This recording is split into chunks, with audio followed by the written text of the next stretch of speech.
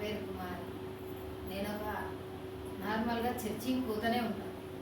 బయటి వరకే వాకిలి దాటి వరకు ఎంతవరకే నేను చర్చిలో నేను ఉండేది. ప్రార్థన బాప్తిసం తీసుకున్న వారం వారం ప్రబోధన తీసుకుంటుంటాను. కానీ వాకిలి చర్చి బయటికి దాటినానంటే ఇంక అయిపోయా, మళ్ళీ చెడు వేసడానికి లోన్ అయిపోతున్నాను. నేను ఎన్నో తప్పులు చేసినాను. దేవుడు నాకు ఎంతో మార్పు కలిగించినా కానీ నా కుటుంబం వల్ల నేను తప్పులు చేస్తూనే ఉన్నా.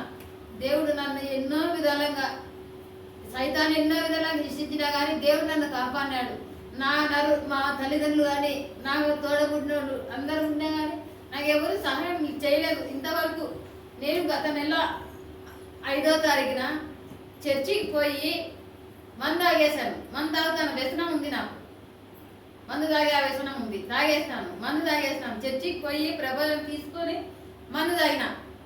ఆ రోజు రాత్రికే నాకు ఈ గడ్డల వల్ల ఎక్కువ అయిపోయి తలకిందులు అయిపోయి ఉదయనంద ఆసుపత్రికి పోయినాను.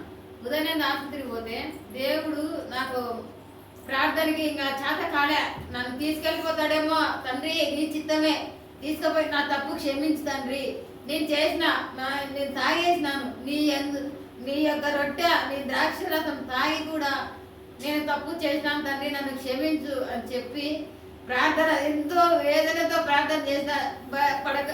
ఆపరేషన్ బుధవారం జరిగింది, 5వ తారీఖున ఆపరేషన్ జరిగిన రోజు ఎంతమందో ప్రార్థన చేసినారు నా కొరకు. కానీ నాకు నమ్మకం లేదు, నేను ఉంటానో బతుకుతానో నాకైతే నమ్మకం లేదు. కానీ ఎంతమందో కలవటింపులలో ప్రార్థన చేసినారు, చేతకాలే. శుక్రవారం ఇంటికి వచ్చిన. శుక్రవారం రోజు నాకు ఒక కాళ్ళు చేతులు ఇట్లా వణికిపోతున్నాయి. క్యాల్షియం అనేది తగ్గిపోయింది, బాడీలో లేదు.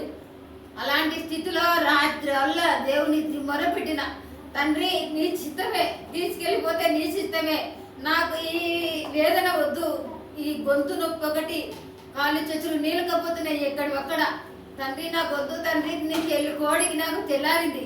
దేవునితో మొరపెడుతూనే ఉన్నా. 3 గంటల సమయంలో నాకు స్వరం వినపడింది, కుమారి చనిపోతా తండ్రి, నా చేత కాదు అనుకొని ప్రార్థన చేసుకొని కొంచెం అడ్డపడినా.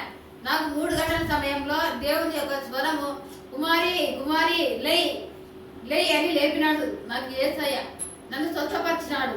ఆ రోజు నుంచి కాళ్ళు చేతులు వణకడం కొంచెం తగ్గింది. అయినా కానీ నా విశ్వాసం లేదు, నేను విశ్వాసంగా బలపడలేదు దేవునిలో. పొద్దున వీళ్ళ భర్త చిన్నరాజుని ఫోన్ నెంబర్ ఇప్పించుకున్నా. అమ్మగారిది ఫోన్ నెంబర్ ఇవ్వండి, నేను ప్రార్థన చేయించుకోవాలా, నా కాళ్ళు చేతులు వణిగిపోతున్నాయి, నాలో బలహీనత ఇదైపోయింది అని అమ్మగారికి ఫోన్ చేసిన.